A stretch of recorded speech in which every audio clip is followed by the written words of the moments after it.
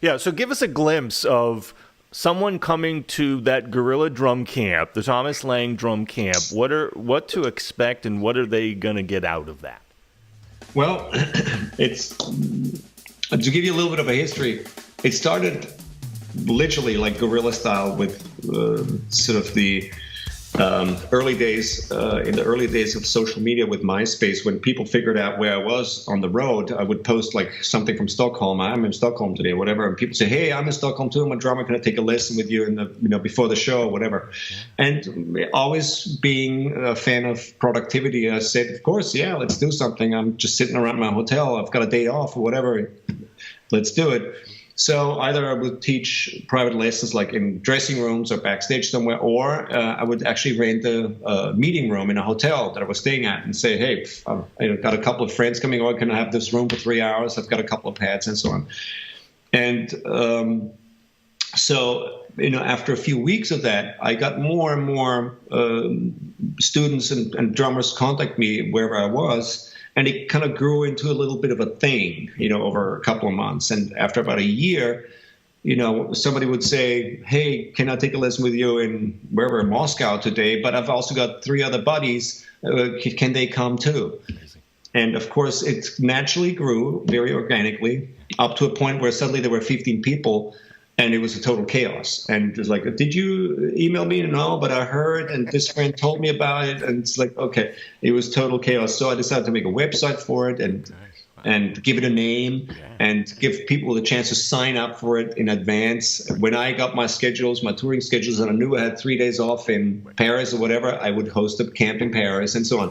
And it was a great way for me to sort of fill my gaps in my touring schedule and be more productive.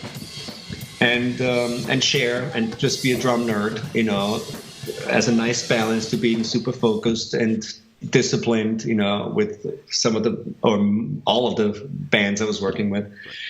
So, and that's how it grew. And what to expect is usually my camps are sort of weekend experiences. It's usually a Friday, Saturday, Sunday weekend experience. It's a 3-day camp. And I was the first who made sure that every student has their own practice kit. So, because before that, camps weren't that interactive. Maybe students had that pad and that was it. But I really wanted everybody to have a full practice kit with pedals and throne and 4 playing surfaces, so we can actually work on all the motions and mechanics and foot technique and everything else too. So everybody gets a kit. Everybody has a kit. Like Oprah, everybody gets a kit, right? Everybody gets, exactly. Look under your seat. Right. Exactly.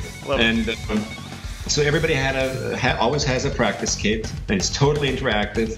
We play 8 hours every day, 4 hours in the morning, 4 hours in the afternoon, and we actually play. I demonstrate all the exercises. I create a curriculum specifically for each camp, at each camp.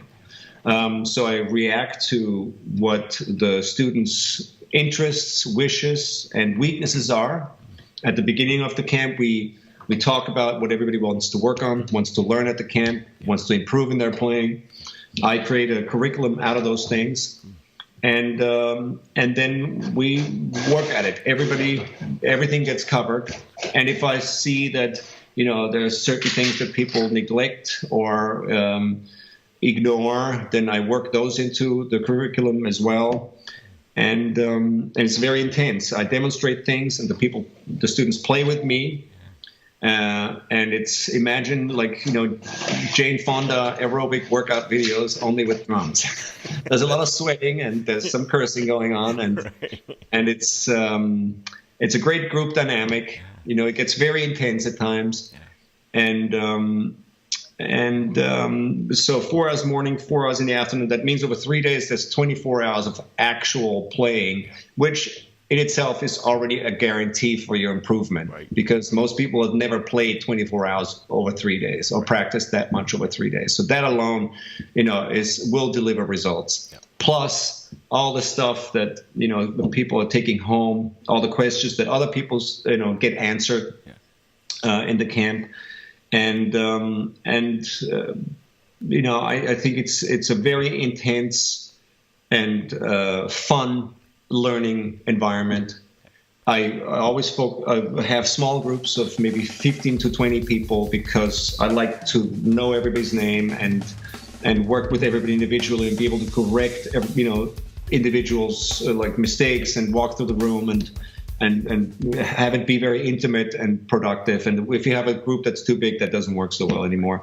So if I sometimes for camps have more interest to signups than 20, then I will, if I have 30 or more people coming, then I will do 2 camps in a row rather than have one large group. So I like to keep it small and streamlined and very effective and guerrilla style still to this day and very intense.